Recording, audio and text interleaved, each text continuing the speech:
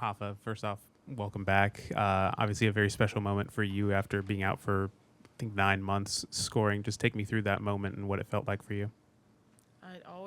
It's always like a great pleasure to score, especially with like my whole team like supporting me and happy for me to be back.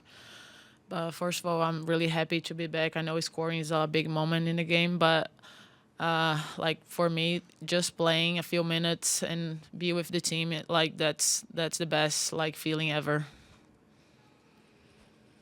Kylie, just being able to play with Rafa, obviously, you two are both left-footed, so you shifted over to the right. What was just kind of the adjustment for you throughout the game?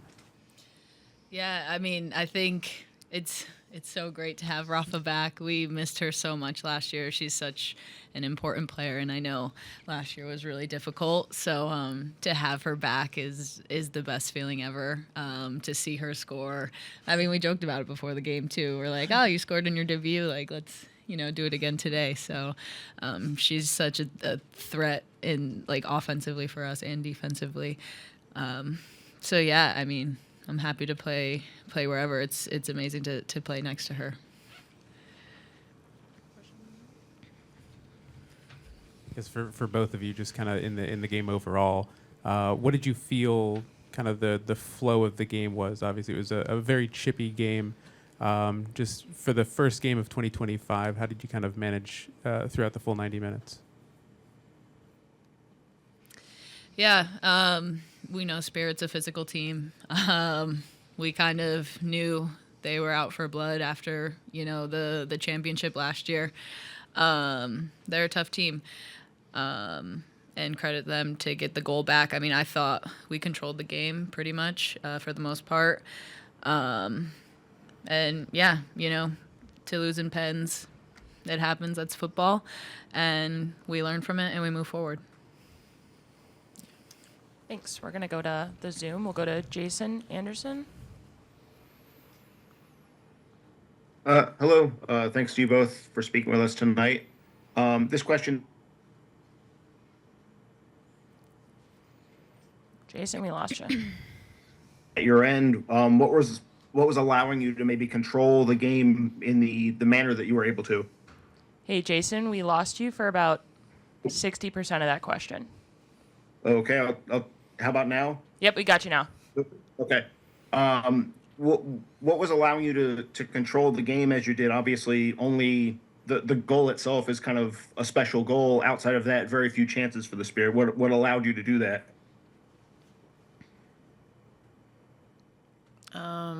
I think just like we just use everything that we trained during the preseason, and we also like I know we have like fast forwards that can run behind, but we also like have like a good midfield who can like control the ball, and we like to keep the ball. I just like it's just the way we like to play, keep the ball, but sometimes use the speed at top, and I think we kind of like didn't create much, but we like were in control of the game. I feel like they didn't have like a lot of chances, and it's just like at the end of the day, it's just like a great game, a great start of the season, and we're gonna build from there. For both of you, I wanted to ask you, what can fans expect defensively compared to obviously last year? And obviously, it's not the result you guys wanted, obviously. But what can fans expect? You guys are getting a lot of depth back and new players, new additions. Thank you. Yeah, I mean, no matter who's in that back line, we stick to our principles and our identity. So just more of the same, and then some. We want to be a hard team to beat. We know if we don't get scored on, then we're going to put ourselves in a really good position to win the game. So it was disappointing to let up that goal. But yeah, like we're going to just stick to our principles no matter who's in that back line, and we're going to need every single player. It's a long season, so whoever's in there is going to get the job done. We know that 100%. Obviously, a new look defensively, personnel-wise. Was there anything that particularly didn't work as well as planned? And then conversely, was there anything that we said, okay, I think we're in rhythm with what we're trying to get accomplished here defensively?